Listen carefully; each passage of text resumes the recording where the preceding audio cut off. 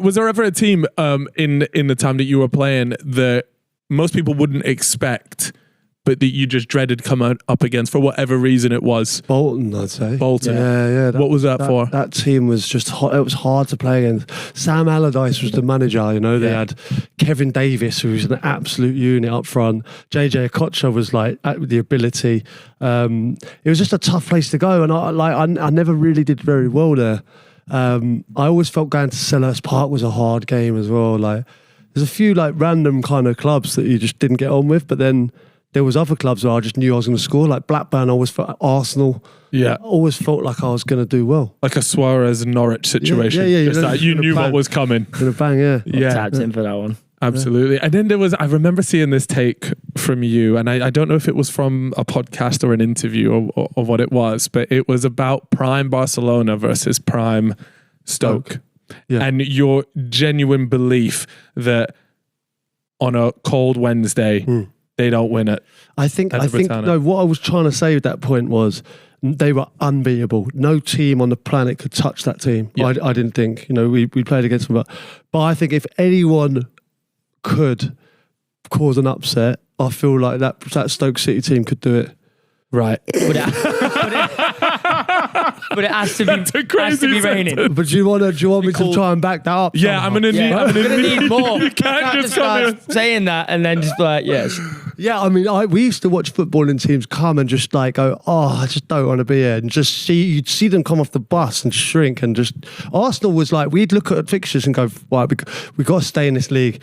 Right, Arsenal home banker, like that. It was just a banker. Like they just didn't like it at Stoke, and it was hard. They knew that. I remember one game, for instance, we grew the pitch right so long and trained in the middle of it the day before. So it was raining. We just churned the life out of it. Right. So I always remember seeing Aaron Ramsey. He couldn't see his boots in the pitch because the grass was so long. So now when you're trying to pass the ball, it's just so long. They just couldn't visit to each other. Do you know what I mean? So when we were going aerially, doesn't matter up there, you know? Yeah. So like I remember seeing Aaron, he literally like looked at me and I kind of afternoon, he was like crouching, and I couldn't see his boots, and I was just laughing, going, this is amazing. But like, when you're on board with it, just signed up to it. You love it, like there's no way we're going to beat Arsenal in a footballing game. Yeah. No way. Were there any other sort of like dark arts? Nah, that's what it is. It's like the dark arts of football, the small things that people will just never pick up on, really, that came into football. Like, that's an example of one. Yeah. That's what we were about. Like we would, like Rory Delap had a throw in, like he would zing this throwing in. Unreal. And it was just unbelievable. Like we were piling forward. Just someone got a little touch on it, and then we had like everyone. Our whole back four was over 6'4". We had. We had big men, right back, left back, 2 centre backs, all over 6'4", and then we had big players in the middle, big players up front. What's the team talk like? It's like, right, lads, just fucking get in there. Like, just get it in the mixer, any chance you get. Yeah, and like, then we evolved after that, and we actually became quite a good footballing team. Yeah. And we finished top 10 3 years on the spot, on the spin, finished 9th, and we were playing good stuff. We had Marko Nautovic, Shaqiri, Bowie, we had good players. Nautovic was a player. What a player he was, man. He was class. So underrated. But like, I've never met anyone who just said to me his goal was to get to China. And I was like, fair. I was like, is that what he said? Yeah, like he generally said like, Crouch, I just want to get to China and just earn loads of money. And I'm like, he would have loved this Saudi era, man. He was born in the wrong era. Well, I was like fair play to him. He ended up in China. I mean, he achieved his goals. Yeah. So he got it. What team did he end up joining? Like, I don't know. For one of those. Do you remember when China? It was like Oscar, all those boys went out there.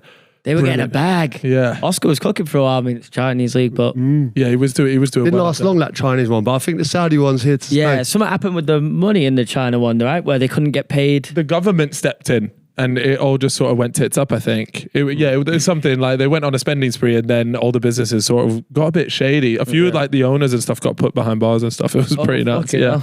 It was a bit mad. Like, a few of them didn't get paid and stuff, I think. Yeah. There was a weird thing around Henderson, and when he went out to Saudi, and then he came back. He went to Ajax after that really quickly. But I remember reading something that he hadn't even been paid for his stint in Saudi, which was only like 6 months or something like that.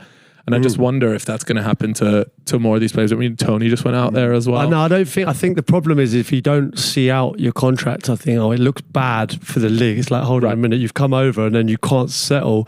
So I don't think it looks good for them. So obviously, like, I think it works out that you get paid kind of back end. Yeah. So what do you think, Tony obviously going out there? I was a bit gutted when I saw that. Not like he's obviously buzzing. In the Prem, isn't he? And he is good to watch. I wouldn't mind him just sticking around. Got to the top 16. I would have liked to have seen him. I feel like Arsenal could have been a good move for him, or Chelsea. Yeah, or, I would have loved. I think Chelsea were trying to get him like last minute, and they just didn't they've tried it for every striker. Yeah, to be fair, they were going for Osimhen. They were going for Osimhen. Yeah, there was a lot of. We got Nico Jackson. It's fine. We don't need to be fair, he's actually decent. Yeah. I feel like he's been disrespected a little bit. He's the most disrespected player in the league. Yeah, I agree with that. Yeah, I do agree with that. There's something in that, like he has been disrespected. His stats are actually mad. Yeah. I think if you took penalties out since last year, I think he scored more goals than like Salah, Solanke. He's just behind Haaland, isn't he? Yeah, it's like Isaac.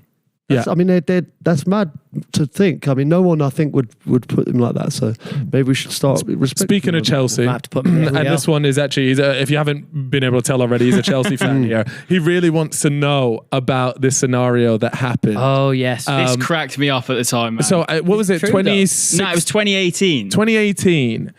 And you could go ahead and explain it. A little rumour appeared on my timeline saying that Chelsea were interested in signing you. Oh, yeah. Conte wanted you. That. Yeah, what happened there? Was it legit? Well, yeah, that was... I think if in all honesty, right, I think it's Mourinho trying to shithouse.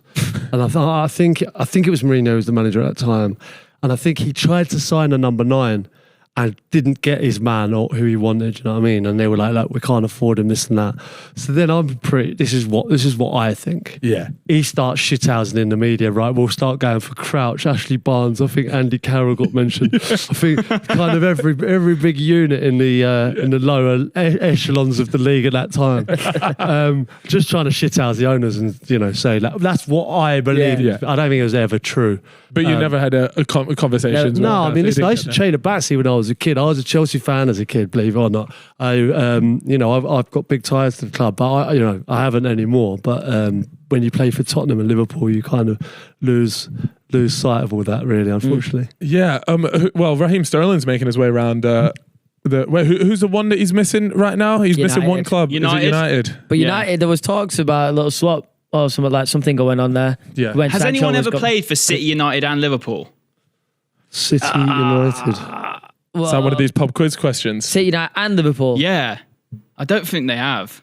Nah. I could be wrong. Obviously, you've got some that have done you got like Michael Owen did a couple and... Yeah. You had Tevez, did both United and City. But I don't know if you've got someone. That's the trouble right there. If you can if you City, United, and Liverpool's mental. City. That's just Liverpool, what's Sterling done now? He's done Liverpool, Chelsea. Sorry. Now he's at Arsenal. City. Oh, sorry, City. So it's just United. So he's done. He needs one more. Yeah, just needs United. Oh my God.